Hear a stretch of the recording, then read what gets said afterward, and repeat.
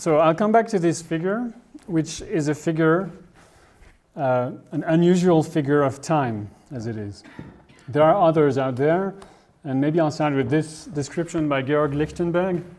I knew someone who thought of the days of the week as certain figures. He once even drew Wednesday on the table.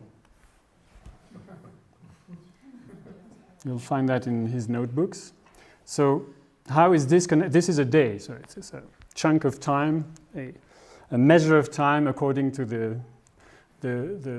distribution of time, of classical distribution of time presented by the calendar into days and weeks. It's the Wednesday. And this is a bit more intriguing, this kind of fish-like figure. I'll come back to it in a few minutes, but I too would like to introduce more elaborate, maybe less familiar figures of time, figures which more or less always diverge from the habitual timeline, the dotted timeline, which has been popularized not only by the use of calendars and time reckoning procedures, but I would say most importantly by contemporary science and the use of diagrams in the form of space-time rendering of becoming. So just in order to say a bit more of the general perspective of my presentation, Jean-Michel has presented his views on time mostly navigating between two poles, the time of thought, and of formal thought, the operations of the proof and the temporal dimension of the proof on the one hand, and on the other the time of the subject, the operations of timing, temporalizing. And I should stress that what he presented to us is not what is sometimes in the contemporary literature on so-called philosophy of time, is not exactly what is sometimes referred to as subjective time, which generally means psychological time, felt time, lived time. In the contemporary and mostly analytic debate on time, you'll have people exchanging views about so-called B time and A time. The A time, which incorporates a measure of passage or flow, is generally connected with psychological time because it seems the most immediate access we have to the phenomenon of time is its very passing, the flow of time, the so-called passage of time. And that's not what Jean-Michel was interested in. I'm not that much interested in it either. Nevertheless, subjective time in that sense would fit in the interval which I'm about to cover somehow. The interval between the time of thought and the time of the subject should cover both psychological time in the usual sense and the time of the universe, the time of matter, the time of the world time, right? World time. And associated with the notion of world time are such notions as, well, some of them overlap with Jean-Michel's time of the subject. Notions such as indeterminacy, the measure of indetermination that comes with thinking of things in time, but also something which was, I guess, implicitly present in your lecture, which is the notion of irreversibility. Being pulled towards the future is also a way of being constantly extracted from the inertia of the past, if you like, and as a result, it could translate into what is referred to in different ways as the notion of irreversibility. Things do not strictly repeat themselves. And last but not least, something which, in my view, was not really present in your talk, something that was even more latent, if it was present, it was in very latent form, is the notion of endurance. The notion that things are not simply in time, but that are endure through times. So, which connects with the notion of identity through time. So, all these notions, this cluster of problems, I think is very much associated with the contemporary discussion about world time. So the way we picture things in the general sense in time, not only us thinking and living subjects. Right, so that's the Wednesday story. Temporality, I will start pick it up from there, because this is something I made up while I was listening to Jean-Michel. I thought I would have something to contribute regarding the past, future. It's not really a choice we have. I mean, you don't have a choice. You have to deal with both, and in a way, with both at the same time. It's a question of the general orientation, the kind of emphasis that you put either on the future or the past. You could think of the past as, in fact, being very much informed by our thrust forward, which is the movement of futurism that some philosophies of the subject have very much stressed. Or you could think of the past, the constitution of the past, as the ontological foundation behind the general operation of time. And here, I think there is somewhat of a choice or a difference in orientation that we can track in the history of philosophy. What is the fundamental determination of time? Do we look backwards or forwards? Or even if we look forwards, isn't it the past which eventually informs our understanding of the operation of time? So there is a fundamental view expressed by Bergson, and this I think nicely connects for those of you who attended the seminar with what I had to say for the past 3 days about Bergson and duration. Bergson, for one, emphasized the fact that to be in time means to endure, and to endure is not to agree on meeting ourselves ahead of time in the future. It means conserving, prolonging something of the past within the present, more importantly, according to Bergson. This is Bergson. And maybe I'll start by simply offering one or two definitions of duration, which is not exactly Bergson's concept of time, but Bergson's determination of what is the condition, the general condition of our thinking of time, of our experience of time. Pure duration, he says, is the form which the succession of our conscious states assumes when our ego lets itself live, when it refrains from separating its present state from its former state. For this purpose, it need not be entirely absorbed in the passing sensation or idea, the fleeting moment. For then, on the contrary, it would no longer endure. So I will stop here, just simply comment very briefly. I want to stress the fact that the fleeting nature of the moment, of the present moment, the moving now, the flow, the passage is not at all a crucial and essential determination of time. It's even something that prevents us from seeing it as it is, namely as something which enables things to endure. So from there, nor need it forget its former states. It is enough that in recalling these states, it does not set them alongside its actual state as one point alongside another, but forms both the past and the present states into an organic whole, as happens when we recall the notes of a tune, melting, so to speak, into one another. So melting points to this kind of a topological reworking of the very scheme of time, the temporal scheme, not as a succession of quasi-punctual moments aligned in geometrical fashion, but as a kind of a structure of overlapping and, in fact, intermingling, interlocking phases. Compenetration is the word used by Bergson, and which is, in fact, very much linked to a certain notion of the continuum. I guess Jean-Michel could shed light on this. What kind of continuum are we talking about? And I think ultimately what this gestures towards is the notion of indivisibility. There's something inseparable, inherently connects, or in the strong sense of inseparable in the time continuum, whereby the past adheres to the present in a very real sense. This is a different definition of duration. It takes things from a different angle, but confirms the main intuition. I shall confine myself to saying in reply to those for whom this real duration is something inexpressible, we discussed this, inexpressibility, and mysterious, I should say that it is the clearest thing in the world. Real duration is what we have always called time, but time perceived as indivisible. That time implies succession, I do not deny. But that succession is first presented to our consciousness like the distinction of a before and after set side by side is what I cannot admit.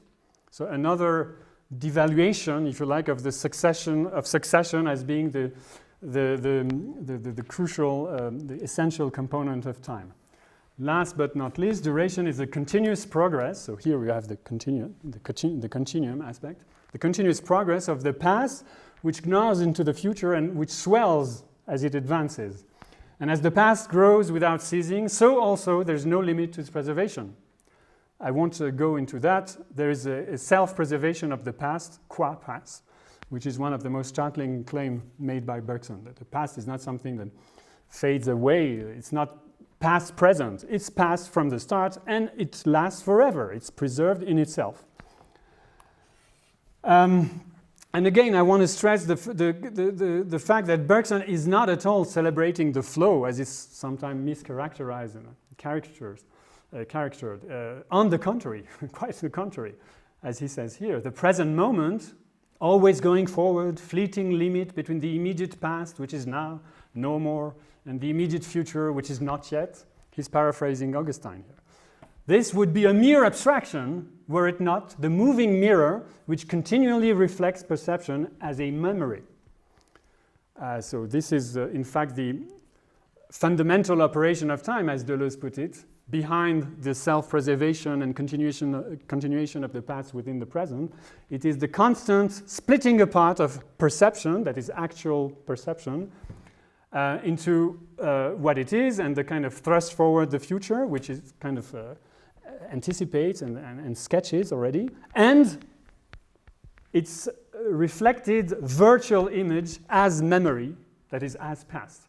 The constant splitting of present and past is the fundamental operation of time, and that is much more essential than whatever you may have to say about the fleeting moment.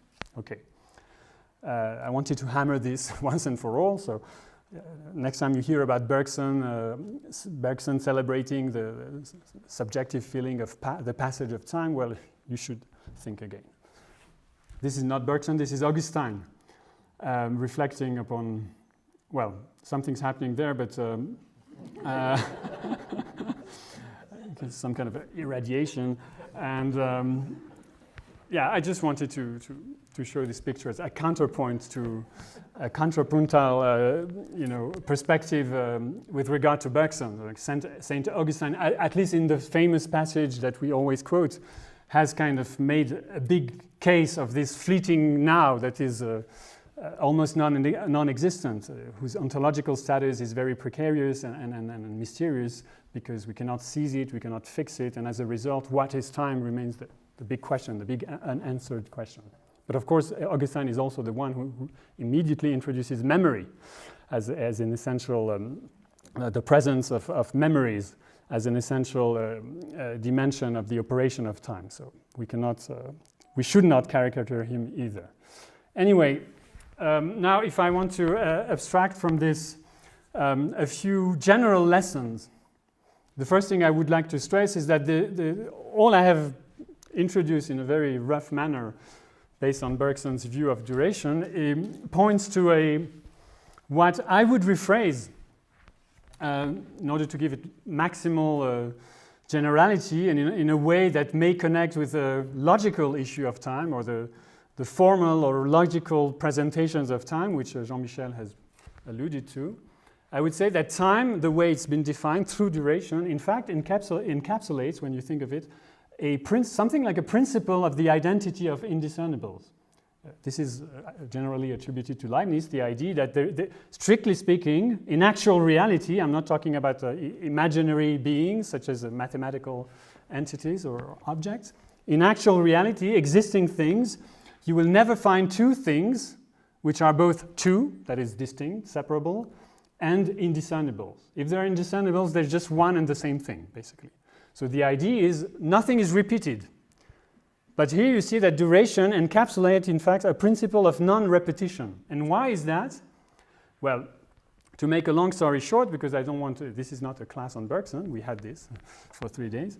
But to make a long story short, the point is that if duration and time, the operation of time, is characterized by the preservation of past within the present, the continuation and prolongation of the past, well, the way the past bears on the present has an immediate consequence, is that no present can be repeated alike, identically. The very fact that, as Bergson puts it very nicely, very simply, the very fact that some time has elapsed between one particular present, or let's say actual perception, and its second occurrence makes it change. Because some time has built up, that is, some memories, some past has formed, according to this principle of self-accumulation, the image of the snowball. And as a result, the second time is not the same as the first. There is no second time, right? It's a principle of indiscernible, but it's almost entirely attributed to time itself, which of course was impossible in Leibniz, the way he defined time in purely relational way, denying any substantial reality to time. There was no way he could come to such a conclusion. That's attributing to time itself a power of differentiation, a power of perpetual creation, the perpetual creation, ongoing creation of novelty, as Bergson puts it. So nothing is repeated. In short, this is the metaphysical foundation of what contemporary physicists would call irreversibility. The notion that in actual reality, nothing is repeated leads to the fact that, well, a phenomenon in a way is irreversible. So even if you can sort of turn things around and get something to kind of produce the same effect or bring it back to a kind of initial state, overall things will have changed in some degree. To some degree, in some respects, overall things will have changed. So irreversibility, if not true locally, strictly locally, especially if you're dealing with purely material phenomena, the kind of phenomena that physicists are interested in. Locally, the principle of irreversibility may seem not to hold, but at a global scale, it will hold, for sure. And another aspect which I just want to point to, without developing, is indetermination. The reason why the operation of time, the action of time, brings about novelty is the same that explains why it introduces indetermination in the making of things. This indetermination we can trace back to the fact that besides the ongoing successive occurrences of present moment, there is this ongoing formation, accumulation of the past, pressing onto the present, and as a result, coloring it, tainting it, changing it, and sort of insinuating a measure of indetermination within the making of things. That is an important claim that I cannot substantiate here, but it's one of the issues behind Bergson's theory of duration. And this, of course, all I have been saying, this is just a kind of by way of general introduction to the now more focused issues I want to take up. All this is absolutely compatible with the idea that time is also involved in the ongoing opening up of the future, of course. You should not think of duration as a kind of, certainly not as a determinism of the past bearing on the present. On the contrary, it's supposed to account for novelty, for emergence, for creation. But you should not either think of it entirely from the perspective of the past. I mean, this ongoing making of things, this durational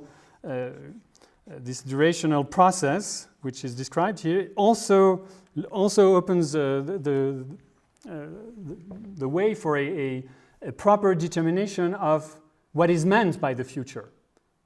The future, and this is symmetrical with whatever Bergson has to say about the past. The past is not merely past present. We don't have to wait for the past to form. The present doesn't fade away and becomes past. The past is the past from the outset. And the same symmetrically is true of the future. The future is not made of whatever will have been the case. It's not made of whatever will have been the case. In other words, it's not made of future present. The future is future, again, it's a difference in kind from the start. It is opened up beyond the present as much as the past is preserved within the present. And the way that Bergson captures this intuition can be illustrated by the example of the fencer. So I picked up this in order to save us some lengthy explanations. The example, in a way, speaks for itself. The fencer, an aside, he was a very good fencer when he was young. The fencer who sees the button of his adversary's foil coming at him knows that it is the movement of the point which has drawn the foil forward, that it is the foil that has drawn the arm forward, that it is the arm that stretches out the body by stretching out itself. He can only lunge properly and give a straight thrust from the time he feels things in this order. Namely, it's the future which pulls the present. It's the foil which makes the body adopt the right posture. You're kind of being pulled or dragged ahead by the point of the sword, which kind of points towards the future, which is already there, ahead of you. To reverse their order is to reconstruct, and so to philosophize. And Bergson does not want to philosophize. He wants to do philosophy. It's a different story. So all these remarks point to a conception of, you might call it organic time, by reference to the expression organic whole, which he introduced, to refer to the kind of virtual unity of past and present. Organic time is a view shared by another famous philosopher from the same period. Do you identify this guy? No. Yeah, there's a similarity. It's Whitehead, Alfred North Whitehead. Seen here, I guess, in Harvard or in his late years. Whitehead developed a theory of process, or of process time, which has affinities with Bergson's views, although it differs on different aspects. The general program is quite different, but they had affinities and they shared views and they certainly sympathized. They quote each other at times. But Whitehead is interesting in the sense that he lays much more stress than Bergson on the kind of potential character of temporality. Not only the virtual aspect of time, which has to do with the self-preservation of the past beyond present actualization, but an actual connection of whatever is going on now with the potentialities, or the space of potentialities opened up ahead of the front of actualization. And these remarks I want to literally illustrate by graphic example. And now I come back to the figure which I drew from this book, which got published a few years ago. These are students' notes from lectures given even before Process and Reality, the Magnus Opus, was published. Students who attended Whitehead's lectures at Harvard in 1924 and 1925. This is where you'll find the strange fish-like figure of time. And this is the explanation. The individual notes of a tune, this is exactly the same example as Bergson's. The individual notes of a tune passing along each, but only with the retention of past notes, obviously, do you have a growing of value and get the tune. The fusion of realization, it is. The fusion of realization it is, which retains content, which pulls together the whole. This is where time differs from space. This is Whitehead's rendering of the Bergsonian intuition, and in his own kind of personal idiom.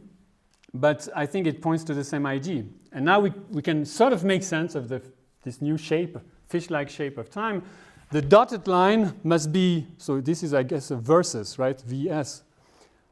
He's confronting two ways of representing time. The first is a succession of present moments, and the second is more like an envelope or a sheaf of becoming, whereby the successive notes are brought together as a sheaf, And something more obscure, literally more obscure, happens at the I don't know how to put it, the forehead of this fish-like figure of time. Things are darker, more opaque. Does he want to signify that this is where we get the closest to realization, to the present moment of realization? Or is he implying that something here involves the compression or the projection of whatever has been brought together from past moments? I'm not quite sure. But in any way, it is meant as a break away from the classical figure of time, which is here represented as a myth, he says, drawn on the blackboard. And I take these vertical lines to be indicating cuts, instantaneous cuts in the process of ongoing becoming. These cuts, he's been insisting repeatedly, are not real in any sense. They're a myth. They are tools we use to come to terms in a computational way, if you like, with becoming. These are tools we use in order to apply the highly advanced methods of differential calculus, but they have no bearing in reality. There's no such things as cuts in becoming. And as a result, space-time, the way it's put to use by mathematical physicists, space-time, the space-time format, which is essentially punctual, which is made of points and connections, relations between points or point events. Space-time considered as relational essence, structure of relations between point events, is the mocking theme like that in Macbeth. When you say, what is this region of space-time? Divide it up, it falls to pieces as you put it together. In the very act of giving itself to you as a whole, it falls apart. So the whole point is to come up with a conception of time that retains its inner consistency. A conception of time that doesn't fall apart as soon as you try and put it together. So, is the mocking theme tomorrow? I can't remember. In Macbeth? I haven't checked. I have vague. Act 5, scene 2. Wow, you're good. Thanks, Pirooz.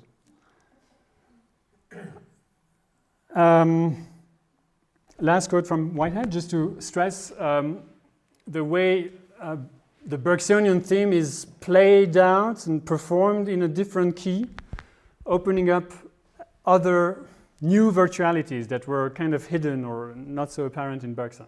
This has to do with the introduction of a potentiality or possibility. Let's see how it's done. The first half of the passage is very Bergsonian, and the opening in the last part is more interesting for us.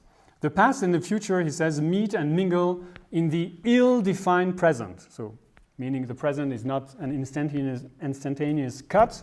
It is ill-defined. It is really a temporal span. We call that present. The passage of nature, which is only another name for the creative force of existence, has no narrow ledge of definite instantaneous present within which to operate.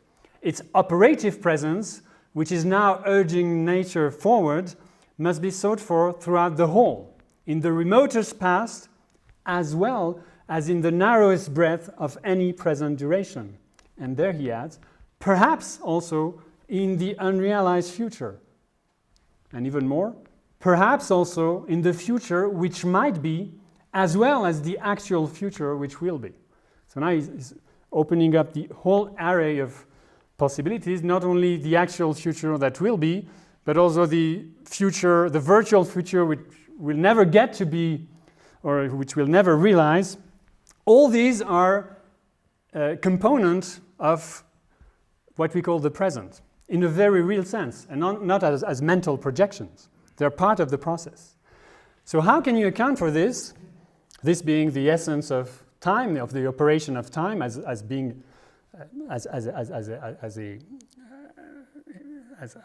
a dimension of actual process, of the real making of things. How can you account for this or retain something of this richness of content when you're dealing with physical time? This will be now in fact, the core issue behind this presentation is to give you some idea how philosophers have struggled with physicists in order to, well, to come to a sort of minimal agreement as to what the issue is when we say we want to deal with, we want to make clear what physical time is, how it connects with subjective time, and so on and so forth. For a philosopher with a metaphysical agenda, a minimal metaphysical agenda regarding process, regarding the creative advance of nature, all these aspects of time must be retained, accounted for.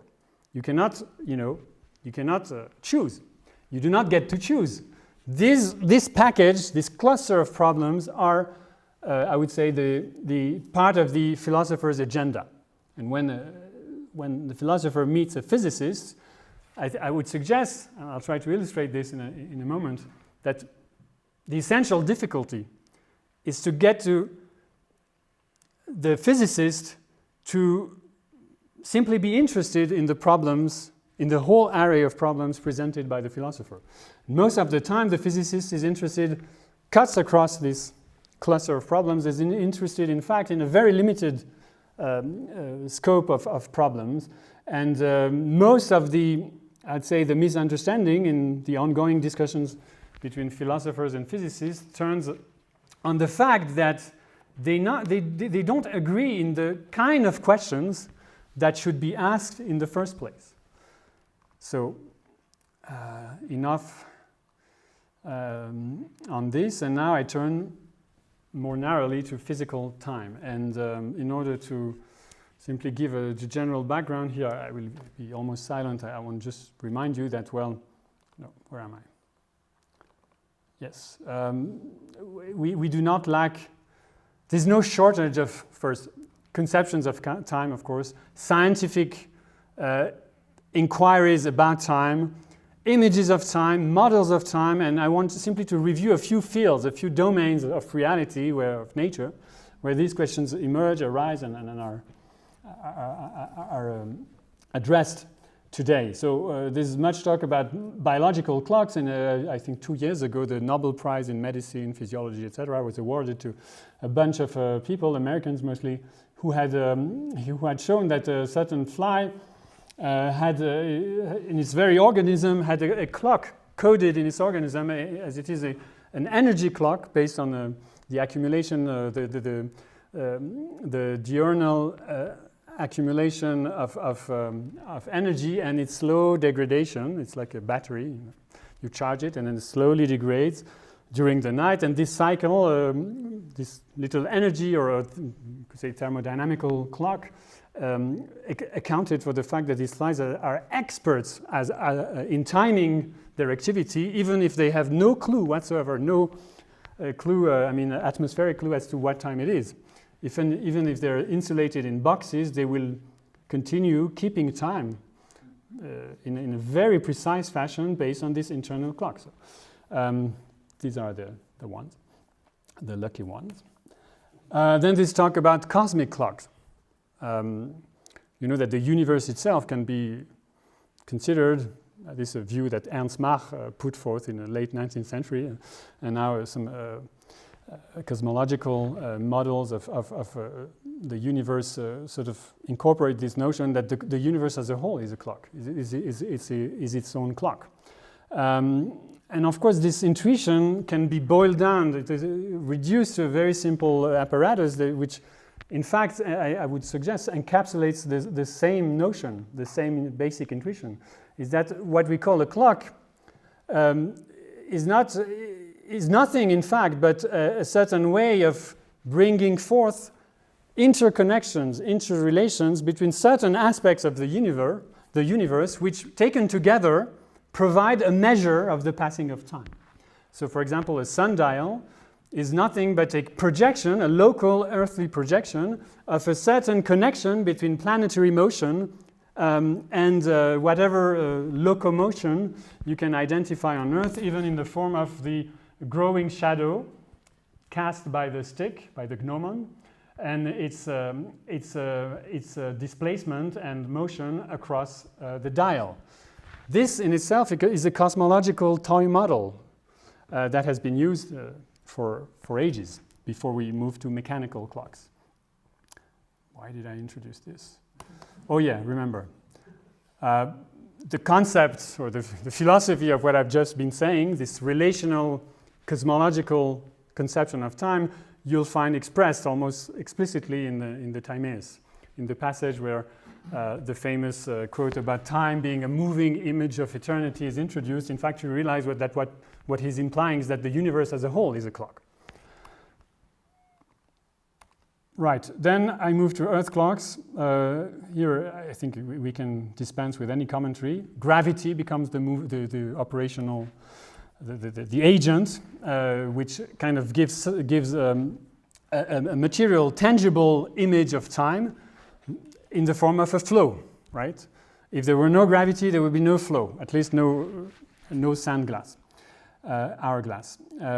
There's very nice passages in Ernst Jünger's book about clocks, but I'll leave that aside.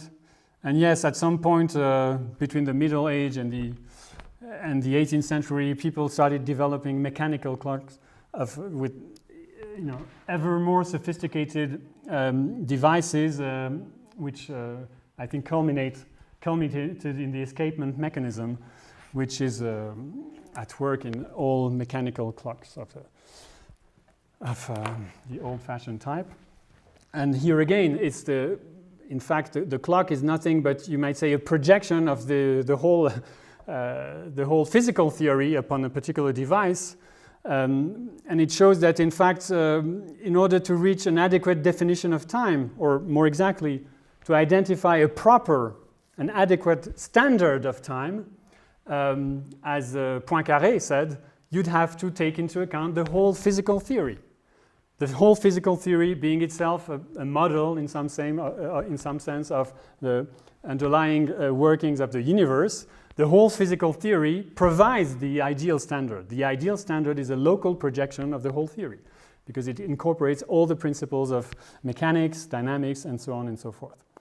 This we should bear in mind when we deal with people talking, and especially physicists talking about physical time. They have a very special way of dealing with time. Yes, of course, today, I mean, not today, it's been some time now, at least 30, 40, 50 years, we are intensively dealing with electronic clocks. They're not mechanical in the usual sense. And as Jeremy Rifkin aptly summarized the situation, what happens today is that, well, we electricity, as we know, it's an electromagnetic electricity, as all electromagnetic waves moves near the speed of light, and the result is that electric current shortening duration to the point of near simultaneity.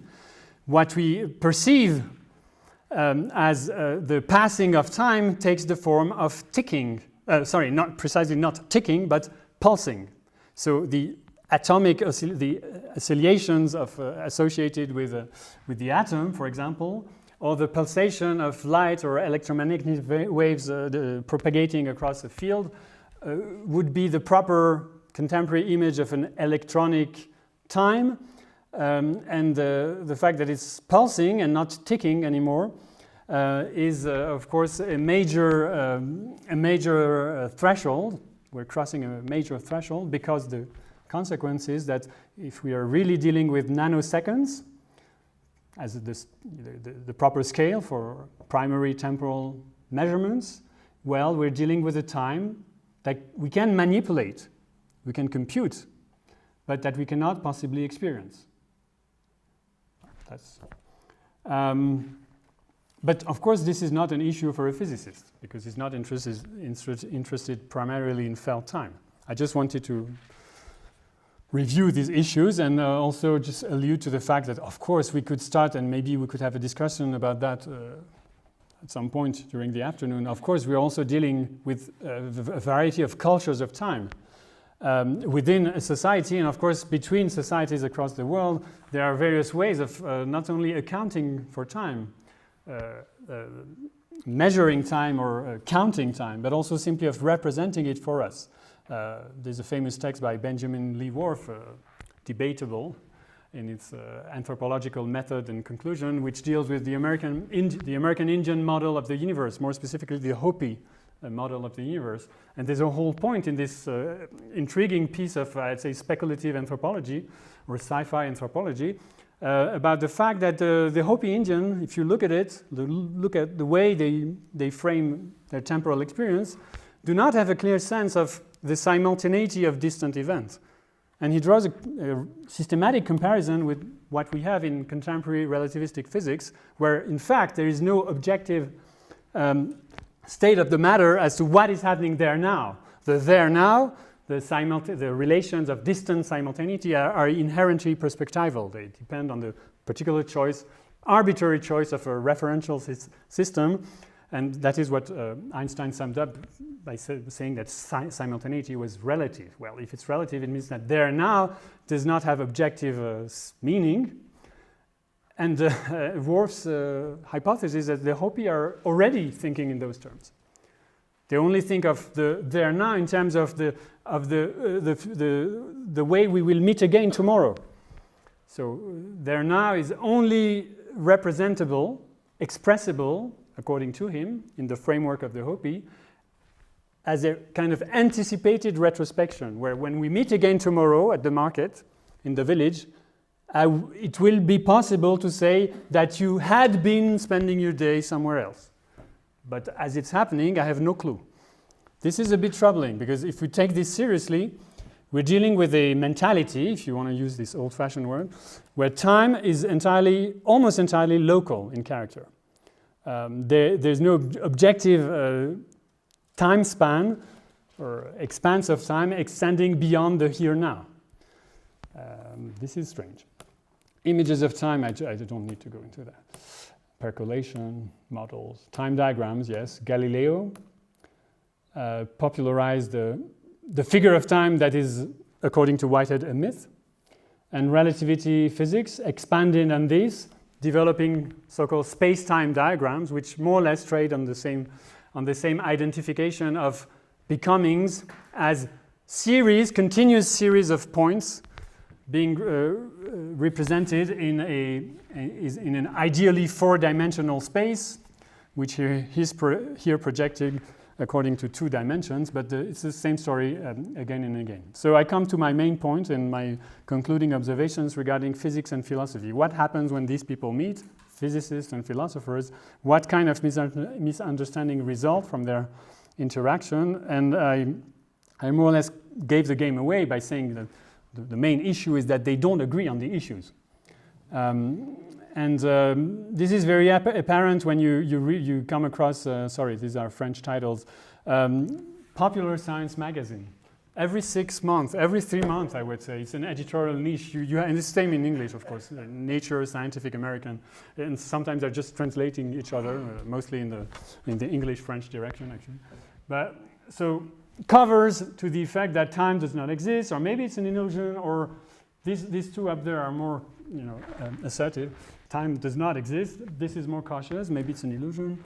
And I would suggest that the question itself, the way it's phrased, is so violent, so straightforward that it takes a while simply to figure out for a philosopher how to get a grip on the question. How am I to respond to this? Is time an illusion? My gut reaction is, how do you mean? What is the problem? You're using clocks, and of course the problem I'll try to explain is quite simple for the physicist, and the question has in fact a very obvious carries an obvious presupposition that I would like to make clear in order for us to realize how even great minds such as Bergson and Einstein could have come to a deadlock when exchanging about the nature and reality of time. It's very simple to reach this deadlock. So I will start to take it here, and give you a sense of what didn't happen actually when Einstein and Bergson met in 1922.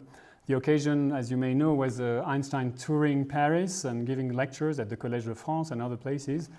It was quite an interesting moment.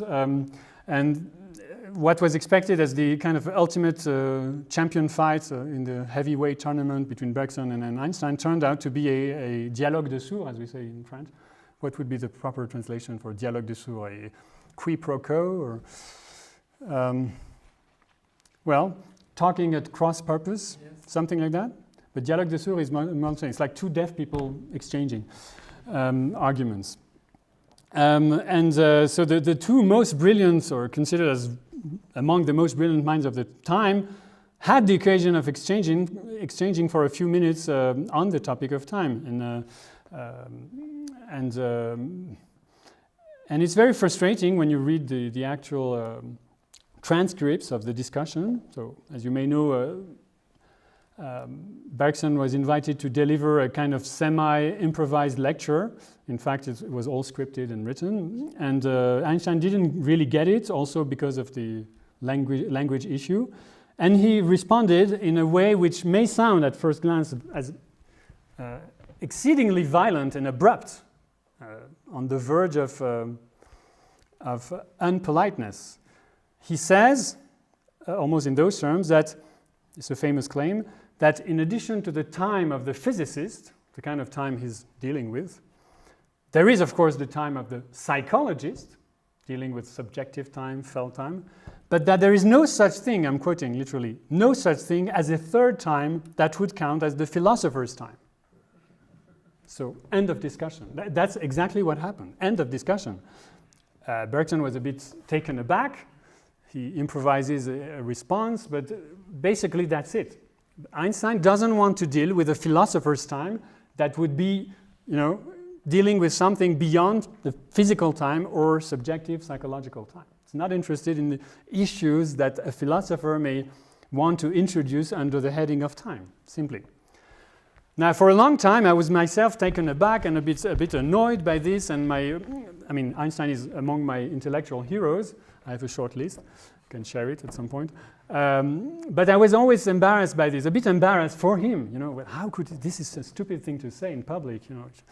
If only he had, seized the chance to have an constructive intellectual dialogue with Bergson. It would have been great. And but now, it's been a few months, in fact, that I'm rethinking about this. I think he was right. There is no third time, and I would like to in fact, make apologies to him and say, in what sense, what he said was probably more profound than what he intended. So, although this statement has for a long time bothered me, I think that, to be honest, it's. Einstein was right, although probably not for the reasons that he himself imagined. He was right in the sense that time is not a thing, is not an object, is not a field that the philosophers could attempt at describing, inquiring on his own terms. That's not how it worked. That's not how it works, and I think that's what Einstein kind of perceived. Although in his own, not clumsy, but very abrupt way, he wanted to stop the discussion there. What he perceived, I think, but couldn't exactly express, was that time only makes sense in the way you operate on it. That time is itself a dimension of the ongoing intellectual activity and technological activity of humans, and that it is probably misconceived to think of time as an object or a reality lying out there to which the philosopher could claim not a privileged access, but an access of its own, parallel to the physical perspective and the psychological perspective on time. Because precisely time is not a thing. It's not a thing concept. It's not an object concept. This is the point I want to make now, and saying that, in fact, Bergson should have agreed that there is no such thing as a third time. Not only should he have agreed, but I think, in fact, he agrees. When you read his works, that's exactly what he's saying all the time. And that's why he deals all the time with what? Physical descriptions of time, psychological description of time, and then he comes and operates on these descriptions, these models, in a certain way, which brings forth the cluster of issues that the word time encapsulates. But at no point in his work will you see something like time out there in reality being a kind of overarching object of sorts that the philosopher could describe on his own terms. That's not at all what is at stake, and in fact, it would be very mysterious why a philosopher would have anything to contribute to issues of physics or psychology if that were the case, that he had, from his own perspective, access to something we call time. I would characterize the operation, the philosophical operation of time, as one which is essentially transversal, cutting across, as it is, the physical and the psychological ongoing constructions and reconstructions of time, in order to, well, to make room for the problems, the questions that time, in fact, not only suggests, but that time imposes upon us. It's a different, so it's a different, and in that sense, well, yes, there is no third time of the philosopher. There's only time. There's only time. So it's true that once you've accounted for the metric properties of time and for the qualitative features attached to the so-called felt time or psychological time, there is nothing left to study, right? There's no object lying beyond that. And I wouldn't say either that the philosopher's task is limited to showing how these two sets of features, physical and psychological, hang together. That would be a very, I would say, very poor way of describing the job. The job description is not, oh, tell us how physical time and psychological time hang together. That's sometimes how Bergson's endeavor is described, as someone who has tried to show how the objective physical time connects ultimately with psychological time. Yeah, you could say he does that, but this is trivial. I mean, most phenomenologists, in a way, are doing that and trying to ground all human endeavors, including science, in the lived world of perception. Bergson, in a way, sympathizes with this idea that you cannot leave the two, do the two domains separate. But the task is not to bridge the gap and introduce mediations. The task is to raise the proper questions. So what are those questions? I want to end on this kind of agenda for a proper philosophical processing of the issues of time, an agenda, if you like, this is the way I would describe it, that could take the form of an apology for formal time, or for time as form, as opposed to object, as opposed to concept, maybe. Maybe there's no third time because there's no such thing as a concept of time. This is the program. So, and I will only be sketching it here because I'm aware that it's getting a little late. So time is not, the point is time is not a super object or an overarching empirical concept that would cover all the relevant aspects of so-called temporal phenomena. That's not the way we should approach it. It's not a thing concept at all. It's not even a thing with a high degree of generality. You could say, in first approximation, that it's more something like a form or dimension of experience as a whole. So in that sense, it's not a highly general phenomena, temporal phenomena.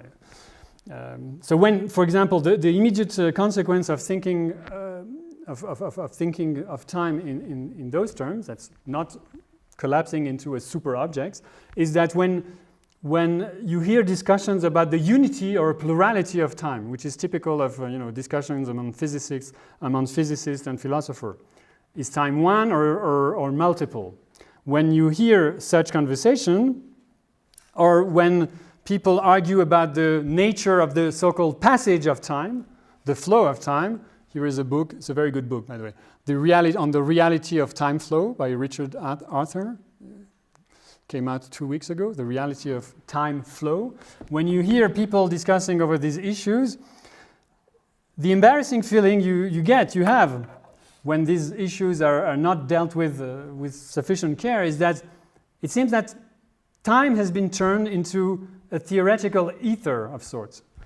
Something that is not only measured, okay, but counted, one or several, sorted out like apples in a basket. So you could very well describe time in terms of non-denumerable sets of creeks flowing at various speeds, it's the same. If you give this kind of objective description of time as a non-denumerable set of creeks flowing at different speeds, you're still dealing with apples, basically. You're not really getting to the gist of it. Or you could do something else, which is equally unsatisfactory, I'd say. You can think of time stripped out of certain of its classical features, such as uniformity, global simultaneity. I alluded to this earlier.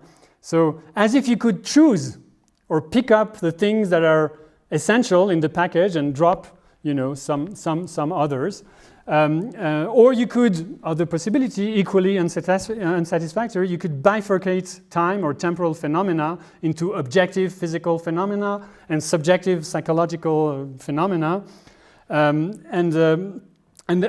Last but not least, you could raise the question in the abstract of time's existence or non-existence, as if you were talking about God or the Yeti, right? So my suggestion is that we should stop thinking of time in those terms and in fact refuse those questions, renounce those questions from the outset. So naturally, when physicists claim that time does not exist, or when they raise the issue of its existence or suggest that it may be only an illusion, we know what they mean, really. They're not inquiring exactly about time as they would about UFOs. I think the way we should take it is around when people say time does not exist, or when they deny the reality of time, it's a roundabout way, really, of saying something more complex, namely that the physical world as described by our best scientific theories does not require time. Time as a fixed background or as a universal stage for change, for the phenomena of what we call change. We do not need time, meaning our best physical theories could do without or can find a way around it. That's what they mean. So most probably something like this. At the fundamental level, the world is better described in terms of an atemporal theory, where physical laws do not express time evolution of certain physical variables like temperature, mass, etc., energy. No time evolution proper, but merely relations between those variables. Relations that you could capture mathematically without overimposing a timeline, to put it short, or a time parameter. So you may have heard about Elie Noether's theorem, referring to the symmetries of physics as a translation in time. You could think of this theorem in reverse. It's really a way of redescribing time as a structural property of physical laws. And I think that would be another way of putting what I have in mind. Maybe in a more accessible way, we could turn to people who explain to us, people like Carlo Rovelli, for example, that time, what we call time, with its most obvious phenomenological properties, is in fact something that emerges thermodynamically at the level of macroscopic phenomena, but based on fundamental interactions which do not involve time in that sense. So time as emergent. Rovelli, again, has forcefully advocated this view. Julian Barber's relational dynamics takes a different route to convey the same fundamental point, namely that time is not part of our fundamental physical theory of the world, that it is at best either a derivative macro phenomenon emerging at some further level, or you could say at best a formal construction fulfilling the function of an abstract dimension of change, but which has nothing really temporal about it, which is only a way of ordering phenomena in a certain way. So I would argue also that this characterization, this not only relativization but reduction and in the end negations of time are, I think, in fact, when you look at it, largely independent of the metaphysical issue of whether time should be apprehended as a relational reality or as a substantial reality, which is a question or discussion we've inherited from Leibniz. I don't think it makes a big difference in reality at the physical level, at the level of the discussion, the ongoing discussion between physicists. But this is a different matter, maybe too technical. So, but to wrap it up, my point is that as soon as you reify time and think of it as something, an actual component of the universe out there, something that would fall under the perspective of what we call scientific inquiry, you're bound to translate everything I've just said in terms of, well, there's something missing from the picture. We were looking for time, we couldn't find it, you know, which is a very strange thing to say. So as if the physicist is turning his microscope, theoretical microscope, expecting something to appear, the true features of time to appear, and then he finds nothing much there. And so he comes back and brings the good or bad news. I have looked everywhere for time at the microscopic level, and I have found nothing. But what on earth was he thinking he could find? What was he expected to find? So there's something vaguely resembling Yuri Gagarin's report when he came back, by reference to our last night's lecture, when he came back from his first space flight, he allegedly reported that he hadn't encountered anything like God in space. Again, what did he expect, right? So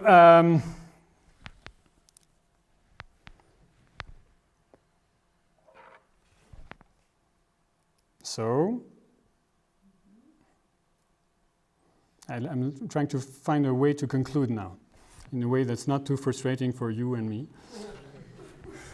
I need a few seconds. Yeah, well, I would simply give you the essentials of my philosophical agenda, which is really an apology for, not so much for formal time, but for time as form. I want to first immediately contrast the kind of reifying temptation that you can identify in ongoing discussions with what, for example, Aristotle, to choose a classic of the history of metaphysics, the way Aristotle characterized time, as is well known in the Physics, Book 4.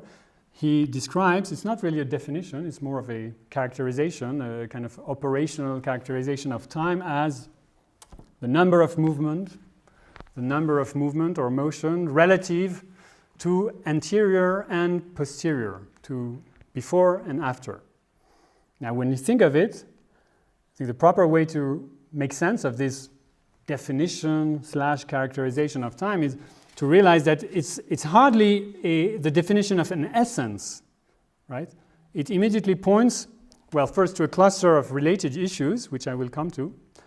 But first and foremost, it suggests that movement, exemplifies an immanent order of succession, before and after, succession between phases of change, phases of becoming, and second aspect, that it is possible to apply arithmetical concepts to a variety of heterogeneous physical phenomena of change that exhibit change, duration, that it is possible to bring them under a common rule, the rule of number, and as such, what is really stated is that time is not so much the medium or dimension of succession, but more importantly, that time is the medium of coexistence that ensures the commensurability of durations or of motions, as it is.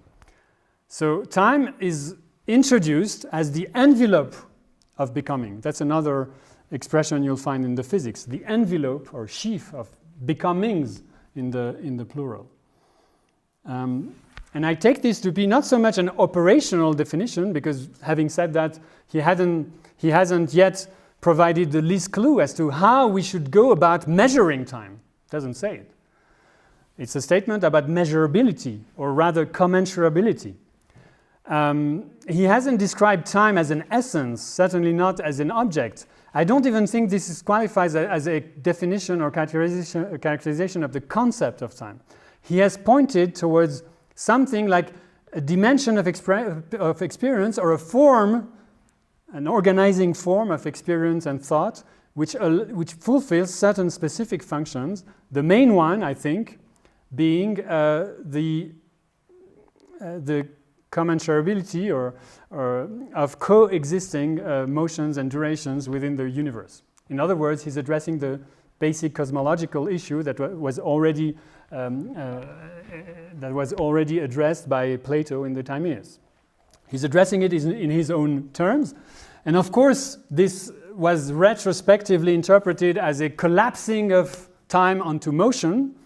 And people like Heidegger, for example, I have lots of respect for Sein und Zeit, but the passages where he attributes Aristotle the idea that, well, time is essentially thought of in terms of the unfolding, okay, the gradual unfolding of becoming in a way that kind of parallels motion, I think is an interpretation which only makes sense in retrospect. From Aristotle's perspective, that can't be the way he's thought about time. I think what is most apparent, if you read the text, is a very strong concern for coexistence, for the coexistence of durations, and not so much for their computation or the accounting of time as such. Okay, we can discuss about this, but now I want to end with a sort of more positive note and explain a little bit what I mean by form. What does it mean to characterize time, to approach time as form as a form from the outset, rather than an object or a concept for that matter? The claim has been forcefully made by Georges Canguilhem in a general way, not about time in particular, but about concepts in general. I mean philosophical concepts. But also scientific concepts, to the extent that they lend themselves to philosophical reflection. He says, and it's a text about Bachelard, by the way, to work on a concept, so here it's a placeholder for time, of course, for me. To work on a concept is to vary its extension and comprehension, to generalize it through the incorporation of exceptional traits, to export it beyond its region of origin, to take it as a model, or inversely, to search for a model for it. In short, to progressively confer upon it, through regulated transformations, the function of a form. That's the way we should approach all philosophical concepts, and to a certain extent, all fundamental physical scientific concept is as a form, turning it from a concept into a form. This, by the way, this quote appeared regularly in each, you know that, in each issue of the famous Cahiers pour l'analyse. Canguilhem was one of the heroes there, along with Bachelard and a few others. And I think we should apply this literally for time. And as I said earlier, there's no shortage for models and images of time. And concepts of time abound. But precisely the idea is to consider these as material to turn time into a form, in order for time to assume its proper function as form. And that is why I think Einstein was right.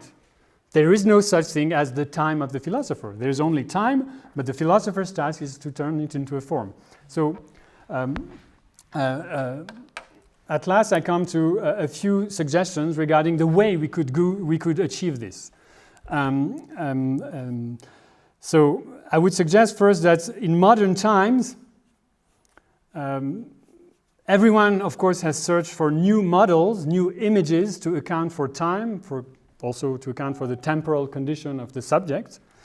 I mean, all kinds of models. The last one I have in mind is, and this is to pay homage to Michel Serres, who recently died, is Michel Serres' characterization of time as a percolation, a process of percolation rather than flowing. So it's like a good espresso. Time accumulates energy upon itself. It's a stasis, a kind of virtual accumulation of energy. And then little creeks are created within the coffee, the powder, resulting in an overall flow, which is a kind of emergent result. But the whole process is one of percolation. That's fine. I have nothing against that, but of course it's not the only model. That's the problem. And what we should do is use all this material in order to, I quote from Canguilhem, to vary time's extension and comprehension. We should generalize it through incorporation of exceptional traits, so think of nonlinear, maybe fractal time. I'm interested in those models. And I'm struck by the fact that physicists, on the other hand, and more particularly those physicists who are most involved in the elaboration of relativity theory and in deriving the kind of philosophical consequences of relativity with respect to time, most of those people have achieved, yes, an unprecedented level of generalization of the concepts by showing, for example, that as a general rule, well, there's no way you can define an objective now across the universe, okay? They have generalized the concepts by dropping certain features that we attach to time, such as absolute simultaneity. They have achieved that, and as a result, they have challenged the philosopher. But they have not much. They haven't spent much time operating the kind of regulated transformations, including variation in extension and comprehension, that could counterbalance this rather violent ascent in generalization, which in fact amounts to a reduction. Why is that? To put it very briefly, what I take to be the main lesson of relativity physics with regard to time is that, well, the absence of any objective absolute simultaneity is just an illustration of it. What happens is that when you think of it, there is the only objective, that is invariant concept of time you can actually put to work in relativity physics is a local concept of time. You can measure time along so-called proper time, along world lines in space-time, but there is no common time for the entire becoming, for the ongoing becoming of the universe. There is no universal front line or wavefront of becoming. So the best you can get is a local, objective, local concept of time flowing from place to place. Continuously flowing from place to place, but inherently distributed across space-time. So this, I claim, is a wonderful generalization of the concept, but it's also a reduction. What you end up with is innumerable, maybe eventually non-denumerable creeks of time flowing along without any common measure. And this, of course, is the situation that is handed to the philosopher. My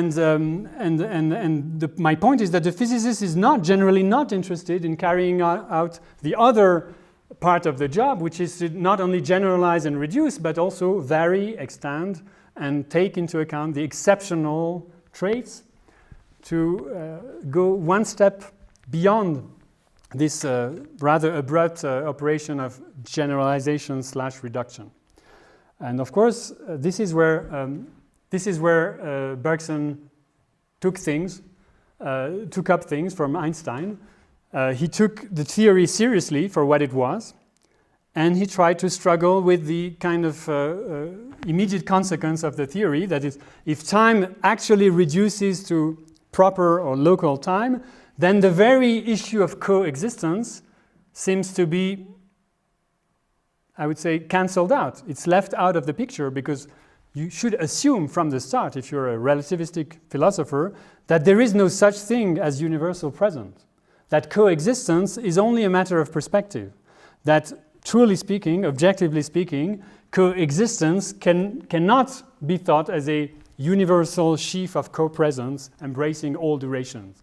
Those durations do not abide by a kind of they do not have to be referred to a universal dimension of change or a universal time, as we say it. So what did Bergson attempt? Very simply, based on this situation, and acknowledging the new ideas introduced by Einstein, he tried to come up with a way of dealing with what he perceives, quite rightly, as the entanglement within the theory itself of local time with lingering notions of global time. Not only perspectival time, which is global, inherently global, but also something more obscure, less apparent in the structure of relativistic spacetime, which is what I would describe as regions of coexistence, as regional coexistences. He was interested in the way fiber time, local time, was enmeshed with frame time. He was interested, Bergson, in the way local time eventually brought us back to a sense of a plurality of flows, of time flows unfolding together in parallel. That's the whole reflection on the simultaneity of flows, which he thinks is more essential than local flow, the idea or the immediate apprehension of a simultaneity of flows, and so on and so forth. So I don't want to assess here the general validity of Bergson's point regarding relativity. There are things he totally missed. He was wrong on a couple of issues, not that much, in fact, but at least one thing he totally missed.